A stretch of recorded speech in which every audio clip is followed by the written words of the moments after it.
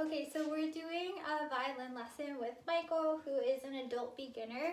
So the first thing we're going to do is go over the lesson objectives. These are the lesson objectives for today. So students will be able to understand and utilize correct playing posture, understand and implement a warm-up routine that they can use when they're practicing, understand major scale versus minor scale structures, and correctly play a D major scale and its parallel minor, D minor. Okay, so the first thing after we've tuned, which we've done off camera, we're going to start by getting into our correct playing posture. So can you show me your playing posture?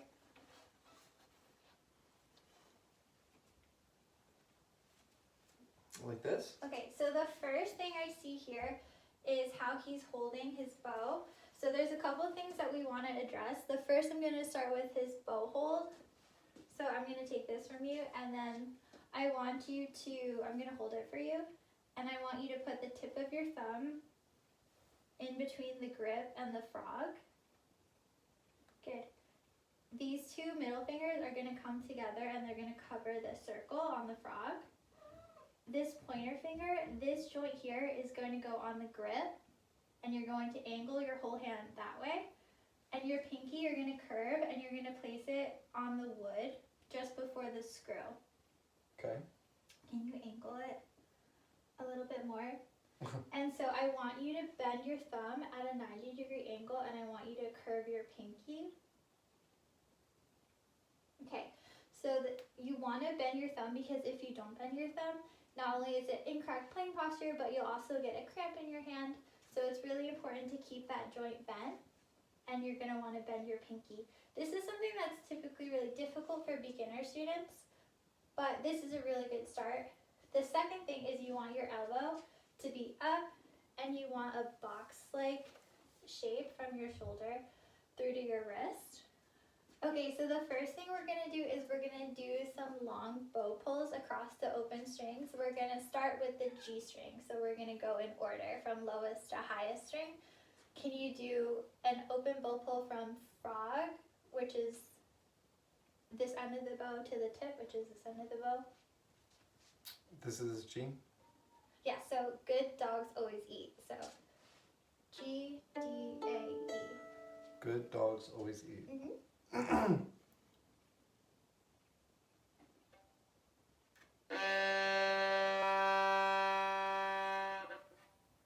Okay, so can we take a minute to readjust our bow hold?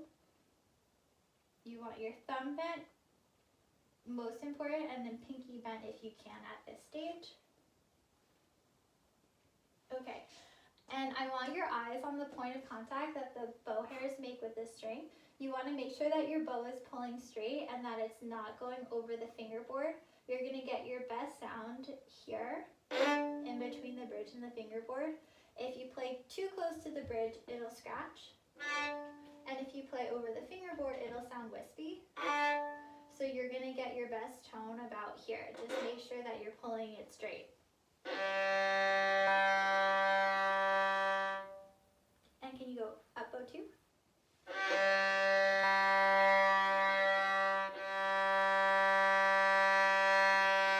Good. Okay, can we do the same thing on the D string? So you're going to have to adjust your elbow.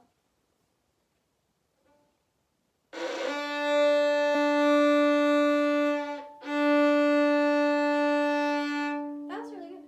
Okay, can we do A string?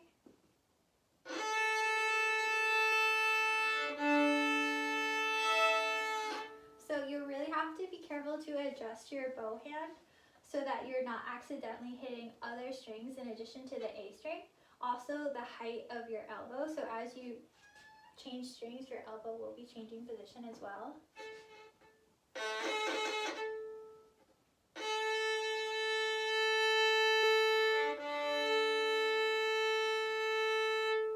think what will help here is if you bend your thumb. It'll give you a little bit more control. You can give it another try. Just watch how much pressure you're applying when you first initially hit the string so that it doesn't make a crunching sound.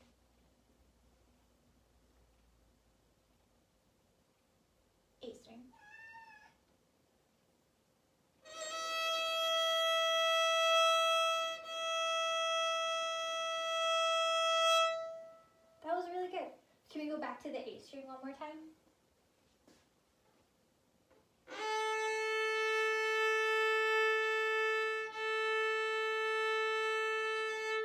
That was much better. I just want you to try it one more time and try to keep the bow completely parallel to the bridge.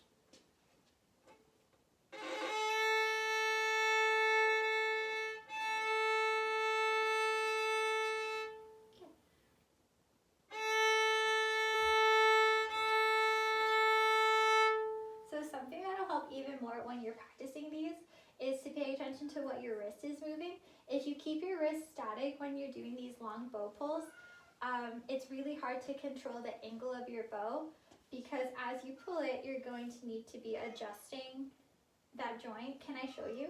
Mm-hmm. Okay. So I want you to pay attention to what my wrist is doing when I do the A string. Okay, so I'm starting out here. My wrist is bent and my fingers are curved on the bow. And when I end them, I'm at the tip of the bow. My wrist is bent this way, okay? So as I play, my wrist is changing positions, and that's something to be aware of when you're practicing these.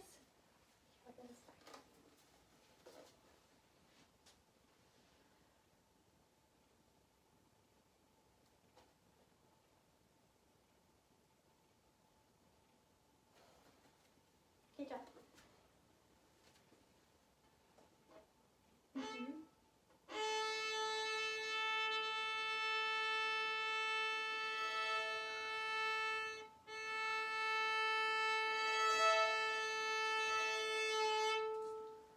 Try it again. Adjust the fingers of your bow hand. Make sure these two fingers are coming down a little bit further on the frog and that your thumb is staying bent. Okay. And bend your wrist.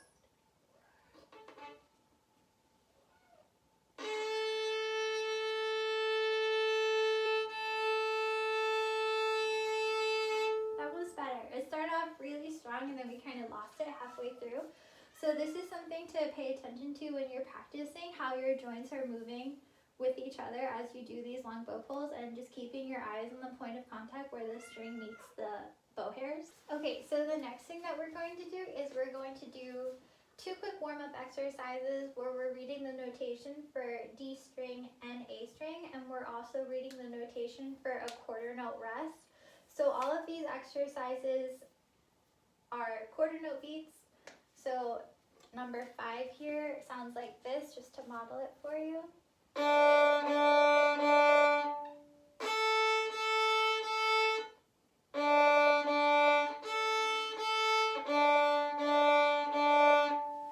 Okay? Okay.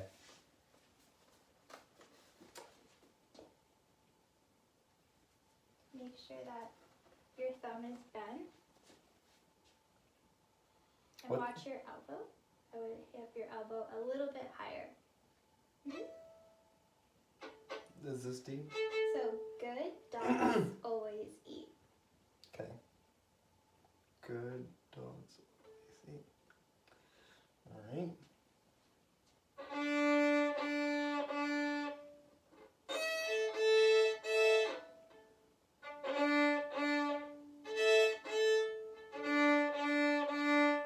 So that was good. But the thing that I want to address the most, I believe, is lifting your bow off the strings when you switch strings. If you keep your bow on the strings, but you just tilt it that way, you're going to not only have a better chance to stay in beat, but also keep it only hitting one string. Okay.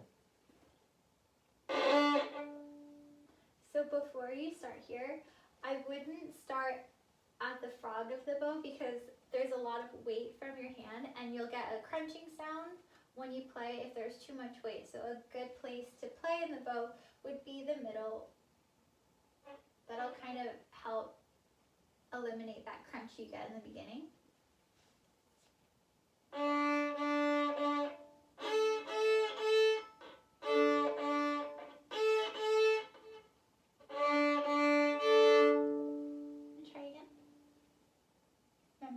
where we play in the bow.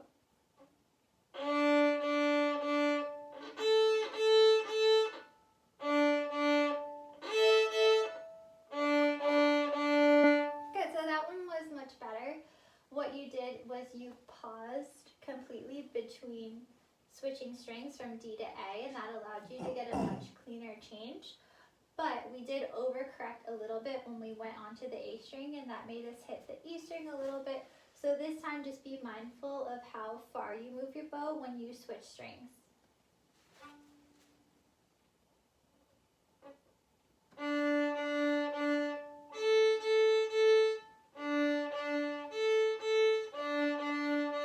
That was really good. So we only hit one string at a time that go around. In the future, things we can work on is applying even bow pressure throughout each note so that the pressure doesn't fade as we go throughout the exercise, and that'll keep the tone strong. Because when we're playing, there's three main things that contribute to the tone that we make. That is bow speed, bow pressure, and the sounding point of the bow. So can I demonstrate that really quick? Thank you. Okay, so how fast I move my bow contributes to my tone. If I were to move it slowly, we get a weaker tone, but if I move it quicker, that's a stronger tone. Sounding point is our placement on the string. So here, we get a weak sound, but if I go here between the bridge and the fingerboard, we get a stronger tone. And then also pressure. So if I don't apply a lot of pressure, it's weak. If I apply more pressure, it's strong. So it's a combination of those three things that give us a good sound on the violin. Okay, let's go on to number 6, and then we'll move on to our scales. Careful how you set the bow. And just make sure you keep your pinky off the screw. And then elbow up.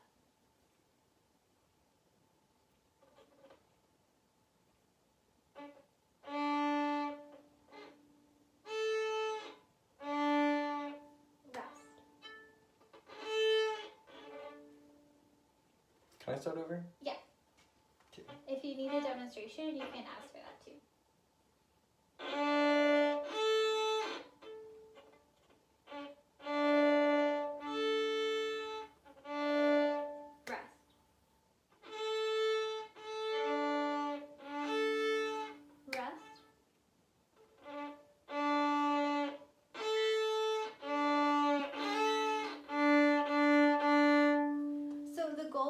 Exercises is to eventually be able to play them with a metronome at about 60 beats per minute. But for now, what we're going to focus on is tone and being able to read the notes, quickly and correctly. So let's try it again, and this time I want you to focus on not only where your bow is on the string, but keeping it on the strings at all times, so not lifting it between notes.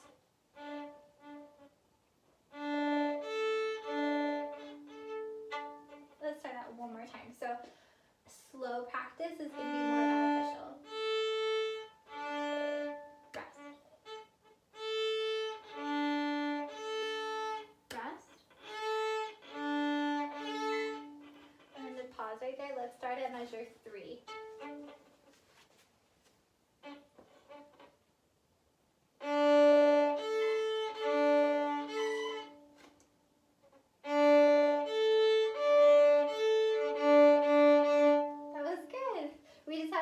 Keeping it even.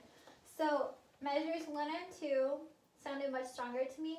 Measures 3 and 4, let's work on one more time. So can we start at measure 3? And this time, not only do I want you to focus on keeping your bow on the string at all times, but also keeping an even rhythm.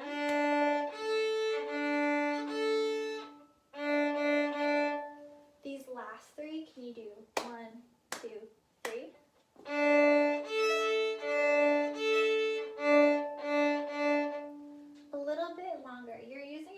This much of your bow for each note, but can I show you how much bow to use? Let me try one more time. Okay.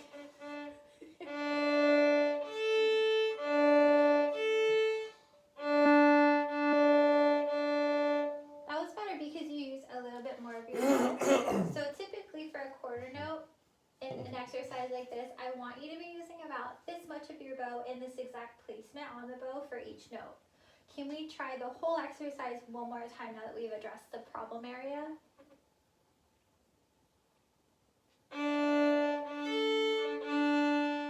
Rest. Rest.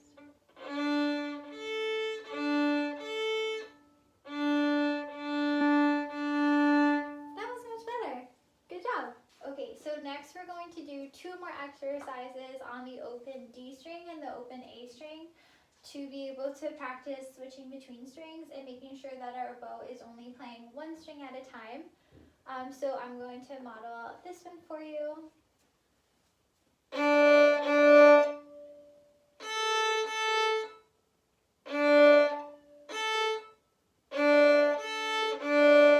So what's important with this one is to make sure that your bow stops moving completely in between notes, and especially in between string crossings. So here we go. We're going to do number 7.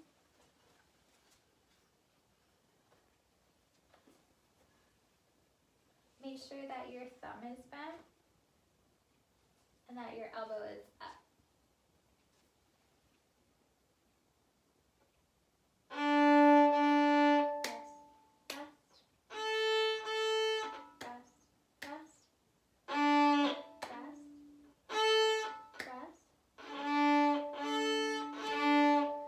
So the first 2 measures of this were really strong, but when we got to measures 3 and 4 again, what I was noticing was that you didn't stop your bow completely between notes, so it kind of changed onto the other string too early or too late. So let's start right at our problem area, which is measure 3 on beat 1.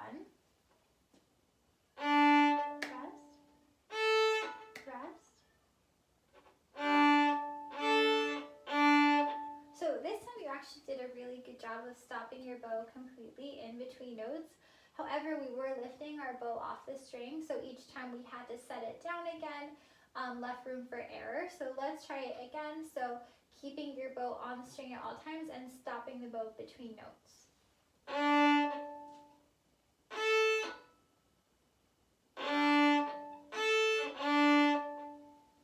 That one was much better. Now can we do the entire exercise from start to finish?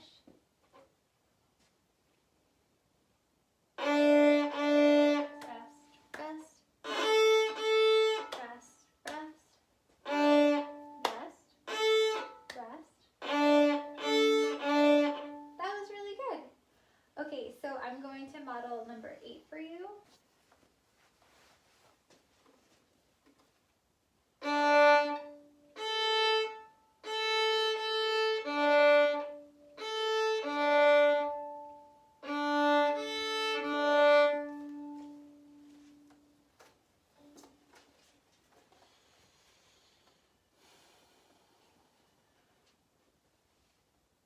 Put your left hand to support the body of the violin.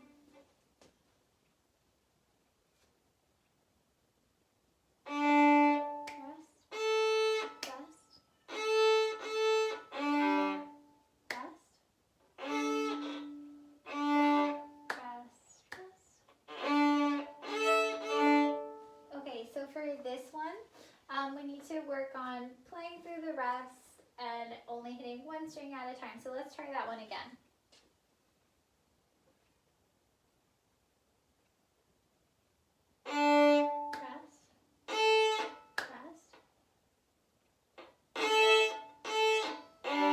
Let's try that one from the beginning again. So from there, rest. So here again, we're overcorrecting our elbow, and that's making us hit the E string instead of just the A string. So make sure that your right arm is not only a box shape, but that it's in the correct height.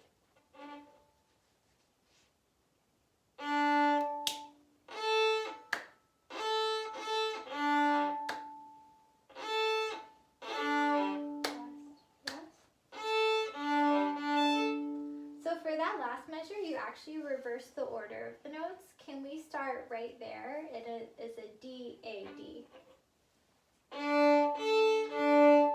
Good job. Okay, start it from the beginning.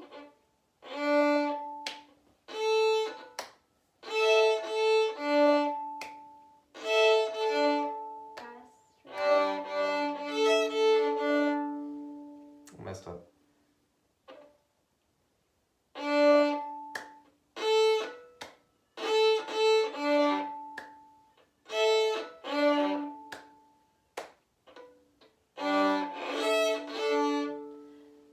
Okay, we're gonna try that one again.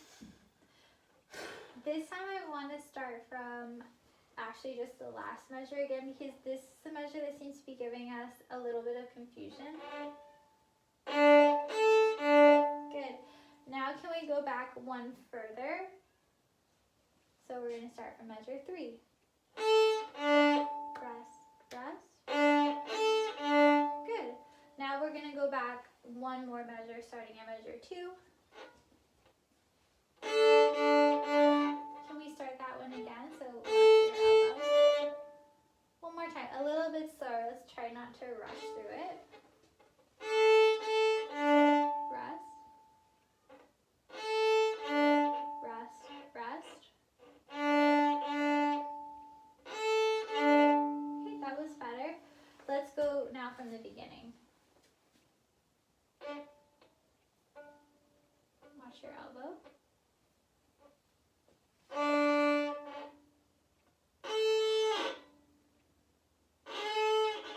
Can we start over? Yeah, one more time.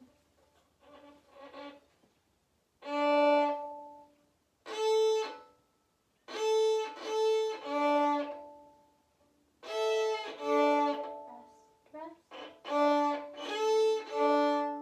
Good job. Okay, so for this next part of our lesson, we're going to go over major scales and minor scales. So we're going to talk about the pattern, the whole step, half step pattern for both of those scales. So first we're going to start with the major scale, and Michael will be doing a D major scale to start. So our pattern for a major scale is whole, whole, half, whole, whole, whole, half. Okay, so for a D major scale, which is what Michael will be playing, we start with our tonic note, which is D. A whole step up would be E.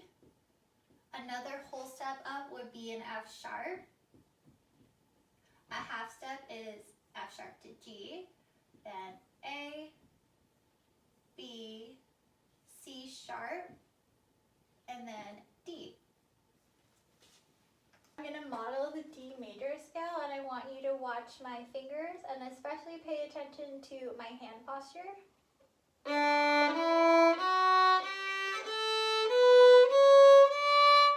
Okay, so that's an A ascending D major scale.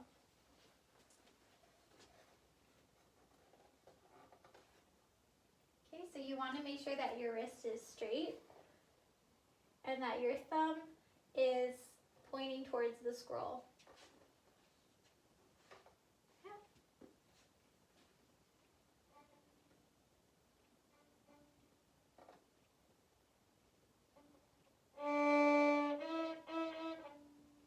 Try this. So let's pause right there. You only want to use one finger per note.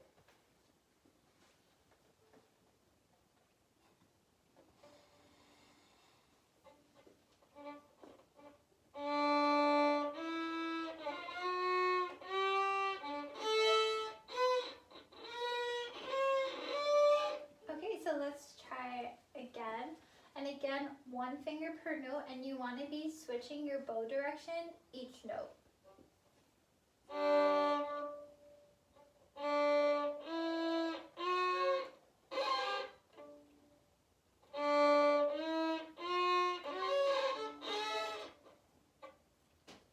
Let's slow it down a little bit.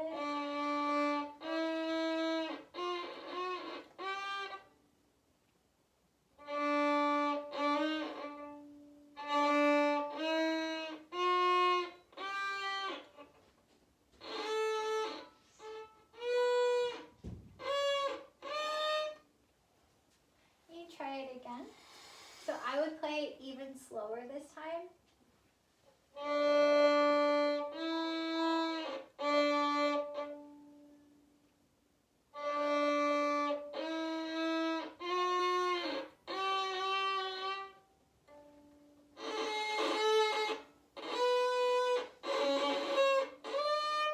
Okay, so this is why the open string exercises are a really good idea, because they're going to help train you to regulate pressure in your right arm so that we don't get that crunch when we're playing our notes.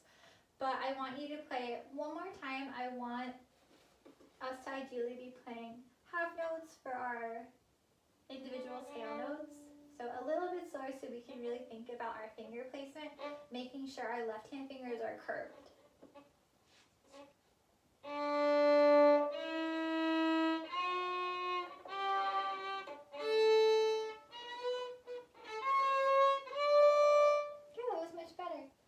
So when we're practicing, things that we're going to be focusing on are using more of our bow and slowing down our notes so that we can be accurate with our finger placement. But for now, we're going to move on to structure of a minor scale. So to change from a major scale to a natural minor scale, we're going to change the whole step, half step pattern. So for a natural minor scale, it's going to be whole, half, whole, whole, half, whole, whole. Okay? So for a parallel minor, which means that if we are doing a D major scale, we're going to do a D minor scale. So they share the same first note. The notes for a D natural minor scale would be D, E, F natural, G, A, B flat, and C. So now I'm going to model the D natural minor scale.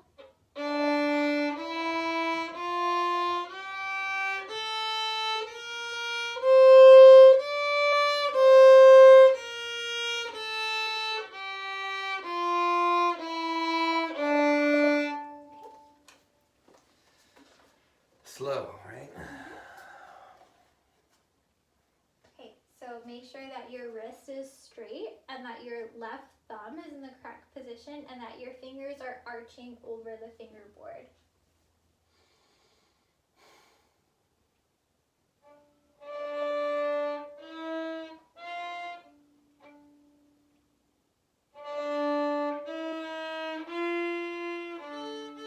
Just watch your elbow. Make sure that we're maintaining that box shape throughout our right arm.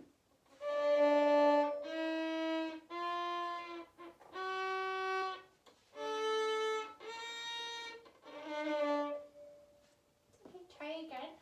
Also, make sure that we're switching our bow directions between notes.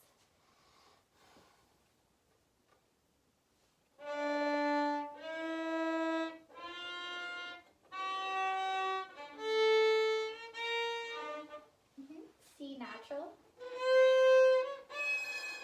So we can just ascend the scale, so that means just going up. Can you try it one more time? And so we're just going up the scale and stopping at D.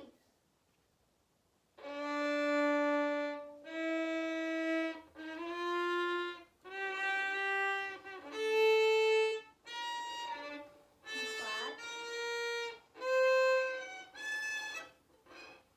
Play one more time.